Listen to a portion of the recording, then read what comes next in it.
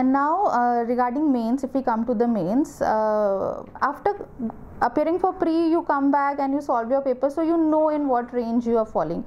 In 2014, since there was CSAT, so I was very comfortable. I knew that I'll clear, and so I started from the very next day. I did not waste even a single day, and I did not even have any material, so I went to Mukherjee Nagar and Rajendra place, and from there are several shops where photocopied material of all the coaching institutes are available. For the people who are not in Delhi, for them I'm telling you, at exam.in every material is available, every material which is there in these photocopied shops. Even if you're not able to get it on exam.in, the phone numbers of those photocopy shops are available, easily available, or any of your friends can give it to you who are in Delhi, and these people will courier it to you at your address. So you don't need to come to Delhi, you don't need to take any coaching, you don't need to spend like thousands and lakhs of rupees by staying in Delhi and attending classes. I did not do it. It might work differently for different people, but I did not do it. I could not do it because of my family and professional obligations. So that is what I am telling you, ki if I can do it, and if I had like pretty decent score in GS this year, and it was nearing 400. So it's not at all essential to if that is my belief, that it's not essential to join any coaching at all. A few pointers regarding mains preparation that I would want to tell you. Friends, I am not going in a very systematic manner regarding subject wise or paper wise, because all these, like what books to study and what, I just followed the basic books. Everybody does that. I did not do anything differently, or I did not have a magic wand or something like that. So I am not delving deep into that. I am just telling you the technique that I followed. Now regarding mains, what I did was that first of all, one has to know how many hours, especially for people who are working, like I was working. So, and for people who are also not working, everybody should know how many hours they can put in during the entire day, or how many hours they can devote uninterrupted to the study for mains, and how many days you have before the exam. The exams were in December. I studied till October. November I completely left it for revision, and I revised the entire syllabus. I tried actually to revise it at least 2 times of whatever I had prepared notes of. Obviously you cannot go back to the main source again. Now for UPSC preparation, knowing what to study according to me is not as important as knowing what not to study. So the pattern that I followed while writing the answer and while preparing my answers in the notes as well was, I used to start with very basic information regarding 2 or 3 lines about the topic that was being asked. Then the next, I used to give a few data. I had prepared a data book. It was a very small book, a spiral book of around 30-40 pages, and an index was made: women, children, industry, power. So 5 or 6 data points which I could memorize. So I used to quote them. Then I used to mention about the problem or the question that was being asked, or the present status of the problem. Then I used to mention about the schemes or the what measures the government is taking presently regarding that. But the most important thing that I used to do was, with every question I tried, it was not possible with all of them, but I tried in the last to give an out of box solution. This was the heading that I used to give: out of box. If it is possible, and if one knows, then if you know a lot of case studies, then you can even mention a case study. I did not have much time this year, so I could not do it completely in all the questions, but in a few questions I tried to incorporate a case study which was supporting the question, or which was explaining the question which was being asked. So after pre, I used to start immediately for mains preparation, and I used to prepare a timetable regarding. I'll show you an example of the timetable that is just a basic format. For example, for August, like I used to do this. For example, I used to divide the page like this, week wise, and if I had to prepare GS1, then I would write ki what all I would do in this month itself here, and I would mention all the sources that I had to refer. ठीक है. And here then I would, it will take you around 1 or 2 days to prepare the entire timetable till the mains, but I would suggest you to please devote those 1 to 2 days for making the timetable. So here it is, for example, for Monday. Then if I have to read history here, I'll mention what book or what notes I'll read on Monday, then on Tuesday. And most important that I used to do was I used to keep a buffer day. Sunday I did not used to keep any material that I had to study, because always, it is not always to cover whatever you are whatever you had planned. So whatever was left during the entire week, I used to try to finish on Sunday, and with family obligations at times Sundays were not easy. So this is how I used to do it, and all the topics were mentioned here which I had to cover, and if I had covered it, then I would used to highlight it, okay, this is done, this is done. So this actually makes your preparation very systematic, rather than, and it also lifts a lot of pressure off. At least it used to do it for me, ki okay, everything is planned out and I have covered so much of the syllabus, this much is left, and I have these many days to cover it before the exam. And this I followed it till October. November was completely for revision. Even if a few topics were left, I did not used to cover them, and because revision was more important than covering 1 or 2 new topics. Now if we proceed subject wise for GS1, history, geography, then culture, and then social issues. Social issues, one doesn't need to actually prepare for them. If you have been preparing for UPSC the entire 1 year, there is so much of an information that you can actually answer those questions very easily. Now if we proceed topic wise or subject wise, then with essay I would like to start. In 2014, the sole reason that I missed out on selection was because of essay. I just had 99 marks that year in essay, and since I had already told you, I missed the final selection by 8 or 9 marks. So this year I have 156 in essay. So what changed with me this year was that most important thing was the topic that you choose. In 2014, the topic that I chose was power over responsibility. It was something like that. So it was a very vague topic. There was nothing concrete that was available, or that one can write. One cannot proceed in a systematic manner in that, and maybe that was what costed me marks that year. This year, the topic that I chose was the problem regarding water sharing. I don't remember it exactly, but something like that. So one has a lot of fodder while writing for this particular topic. Now in essay, the preparation that I did not devote more than 2 to 3 days for essay preparation, and that too it was immediately before the exam. So what I did in essay was that I made around the most important or probable topics that one could see. For example, regarding women, all the issues that are regarding women. So regarding women, one should have 1 or 2 sayings. I prepared around 15 to 20 sayings and I memorized it. You don't need to do it in a very detailed manner, because ultimately you won't be able to revise it, you won't be able to recall it. So regarding women, one should have like 2 sayings, very common sayings, one from Mahatma Gandhi, one from Nelson Mandela or something like that.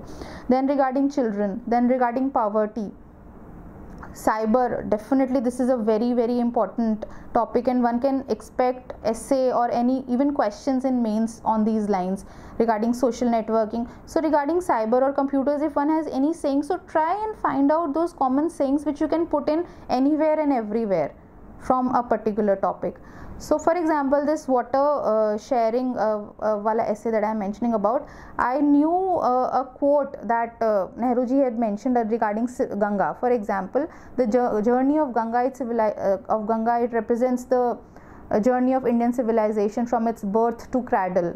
I am sorry, I am not able to recall it exactly, but it was something along these lines. So I could start my essay with that. Suddenly, if you do it, you grab the examiner's attention immediately.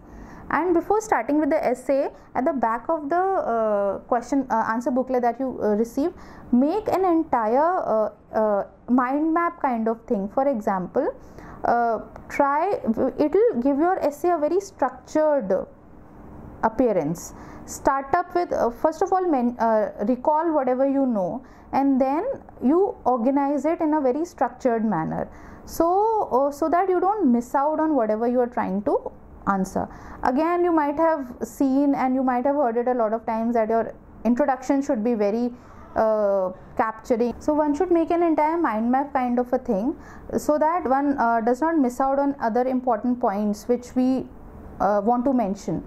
Also, I had read it somewhere and I tried to do it, was that write an essay in such a form or in such a manner that it is going to be almost a 1500 word write up, but the language should be so easy that even a 10th class student can understand it very easily. Because the people who are evaluating your essay, they are not subject experts. For example, if you're writing an essay on economics or something like that, it should not contain a lot of technical or heavyweight terms, because one does not know that the person who will be checking it has what background. So keep it very simple, keep it very fluid. The approach that I followed was that in first essay that I wrote was water sharing. I wrote it in a very structured manner with proper headings and topic wise, whereas the second essay that I chose was cyber something. It was regarding cyber security or something like that. So that I wrote a very spontaneous essay. So the approach was very different in both of them, and maybe it is because of that that I could score 156 marks this year. Again, the conclusion, it has to be very captivating. Now in conclusion, one can what I did was that I generally I used to start with history. For example, this was mentioned in the Vedas, and the importance of water for the entire civilization, and it has led to a lot of wars. So and it seems that history is repeating itself, although in a different manner. So what we can do, it always and always, never leave your any question. Here we are talking about essay, it applies there as well, and even in all the questions that one has to write in the mains, never leave your answer without a solution. Always and always try to provide a solution. That it is what I tried to do that. And if the solution is an out of box thing, then definitely it will fetch you 1 or 2 extra marks from other candidates. So this was what I did for essay. First thing, that 15 or 20 quotes regarding different most probable topics that appear each and every year, which can be written in any topic for that particular which can be written in any essay of that particular topic. Secondly, prepare a mind map at the back of your copy. Thirdly, keep it as simple as possible. Fourthly, which I did not mention earlier, was that underline it. In every paragraph, underline those important words. For example, if you are quoting an author or if you are quoting a source, just underline the name of the author. Don't underline the entire saying, because then the essence of underlining will be lost. Also I could not do it very much. Try to keep your copy as neat and clean as possible. And this is a very basic thing which we have been hearing from since first standard, but it actually fetches you marks. It actually does. So these are the things regarding essay. Now for GS1, again for history, I refer to Bipin Chandra. Both the books, everybody knows about them, India Before Independence and Indian Freedom Struggle, and then India After Independence. Then I just read them once in 2014, and I prepared my own diary, and from that diary also I prepared my notes again for around 15 to 20 pages, and it was those that I revised this year for. Also while preparing those notes from Bipin Chandra, what I did was that I quoted the sayings. For example, Gandhiji's sayings, or Gopal Krishna Gokhale's sayings, or topics like these. For example, the Kheda Satyagraha, I just remember that saying now offhand. For that, after the victory of Kheda Satyagraha, Gandhiji had sent a letter saying that the first war of Indian independence has been won. Now, if one mentions them, or if one quotes them verbatim, then it definitely shows that your level of knowledge. Now, this is how I used to read those books, and I could remember the sayings. For example, I used to find it very interesting, things like these. Or if I used to come across the newspaper and I used to find a particular saying, then it just stays with me, or I used to write it in that spiral diary, or which my fact book that I am calling it right now. So for history, I just did that. I also referred to Vajiram's yellow books, but ultimately this year it was all of my notes which I had prepared in the earlier in the previous years, in the previous 2 years. Now for geography, please read NCERTs only. Even for mains, just read NCERTs only, especially 11th and 12th NCERTs, especially for physical geography. Nothing else is required. Kindly do not deviate, kindly do not waste your time at all. And again in geography, as many diagrams as possible, as many. Now I'll again show you my physical geography notes if I have them with me here. Yes, for example, just offhand I'm showing it to you. For example, see the origin of oceans, of continents and ocean bases.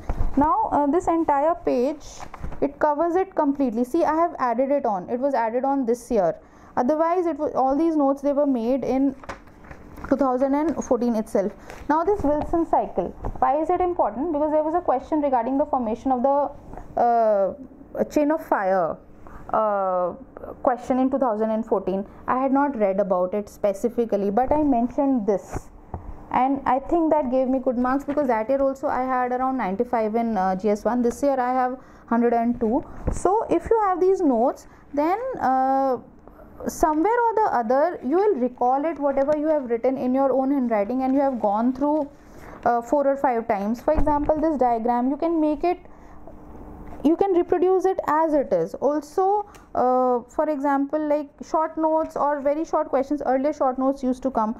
Now this was added on this year. See this diagram of et al or Guyot. It's a very simple pencil diagram. It won't take you more than 30 seconds to draw in the exam.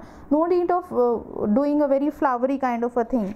So this will you know, definitely be very beneficial to you if one studies like that with diagrams and in your own notes.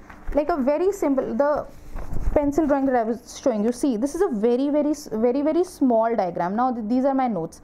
Now it is regarding mangroves. So the location of, if any question regarding mangroves, it can be in any manner, obviously it's not going to be a direct question, but if mangroves is mentioned in the question and you reproduce this diagram, the location of mangrove forests in India, definitely it will catch the examiner's attention. It will make your answer different from the other people who are, all those other people who are writing it. So these are the sources for geography. And obviously internet, internet mein the only site that I referred was exam.in for material collection. All that material is available there. And Insights on India, sometimes I did not have time to go through it. And Wikipedia, how I used to use Wikipedia was that I used to go through the newspaper daily. Then again, I've already told you, I used to underline the things that I used to find were important in the newspaper, and I used to encircle the topics that I had to go back to Wikipedia and study. Right. So this is how I used to do it. And for GS2 and GS3, I had prepared my own file. There is no particular source for GS2 and GS3. I'm telling you frankly, which one can go back and, or there is no particular book for GS2 and GS3. It is all general knowledge. Seriously, it's all general knowledge. It's all available in the newspapers. The only newspaper that I used to read for mains was Indian Express. In Indian Express, there is a page IE Explained which comes. I used to actually store it, and I used to actually make notes from that for my preparation. Again, the 2 files that I had prepared, they were arranged topic wise. For example, government policies in GS2. Then again, right now I'm not even able to recall the subjects that are there in GS2. So like for science and tech again, so a few pages, and one needs to, you know, update them or add on new pages. For example, a new policy or government policy is launched regarding women. So women was already a heading. There were already a few pages of women which are there in my notes. Another page was added to it. So this is how I used to do for GS2. It was mainly newspapers and Vision monthly booklets, and Chronicle. I used to read it whenever I used to have time, which was not much this year. And that is it. And GS3 Eco, it has always been my weakest point, but I scored 105 in GS3 this year. It's not hardcore eco at all. One does not need to have a detailed knowledge of economics. It's mainly government, whatever the government is trying to do. Also budget and economic survey, they are very important. And again, you need to prepare your own notes regarding budgets. For example, certain data which you can quote in whatever topic which comes. For example, agriculture, one needs to know the annual production of grains, or how much area is there under cereals, or for example, how much money has been allotted to the agricultural sector, or for a few important schemes. So that is how I used to go about it. Another very important topic that I want to tell you is that I used to use Twitter very intelligently. For example, a lot of people might be doing it, but how I used to do was that I used to follow the government ministers, the ministries, a few news channels, and one international, it was New York Times. All these that I used to follow on Twitter. So whatever they used to post was there in my news feed, and daily when I was feeling bored or I did not want to study, I used to just scroll through it, and I used to get information in a point wise manner. Also, from the previous 1 year, 1.5 years, the government has started, or every government ministry is providing an infographic. It is a ready-made slide of the particular scheme that they're launching, and believe me folks, you don't need to do any research on that. That slide in itself is the entire answer. I did not used to do anything. I just used to store those slides and I used to revise from that. And definitely, again, another out of box solution which or an out of box story that you might have read. Another two important sources that I want to mention was, there are two sites, the Better India and the Social Story. Kindly follow them. You will get a lot of case studies from that. Again, just note them down in 1 or 2 or 3 or 4 lines maximum. For anthropology, obviously you have to mention it in a very detailed manner.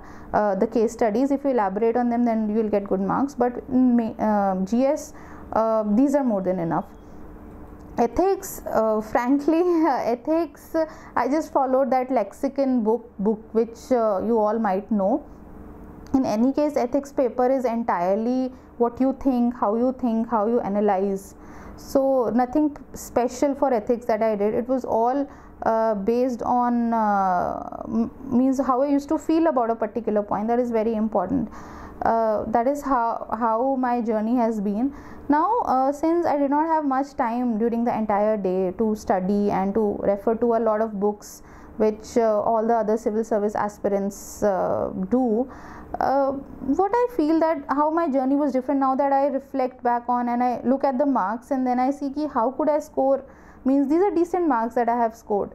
So one has to actually live or one has to actually breathe the syllabus, I would say.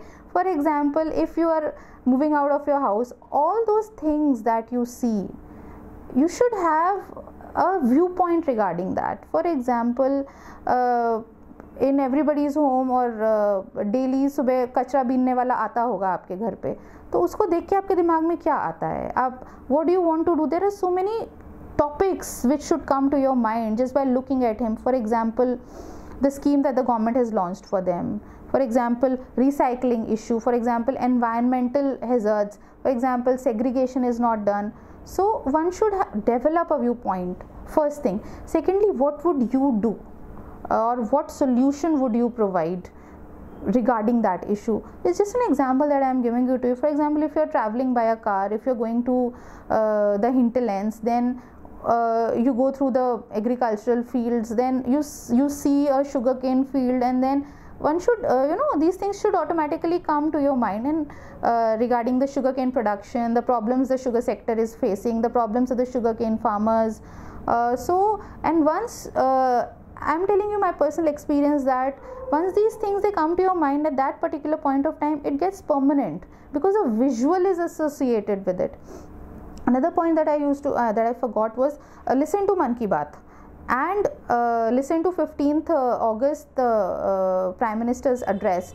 Why? And make notes from that. It will give you nothing, but it will give you, first thing, now Mann Ki Baat will give you case studies which you can quote stating the our honorable Prime Minister directly.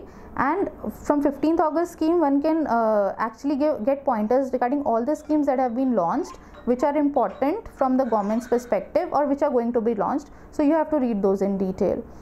So this is how I have studied, and most important thing is to analyze and develop your own viewpoint and keep it very simple.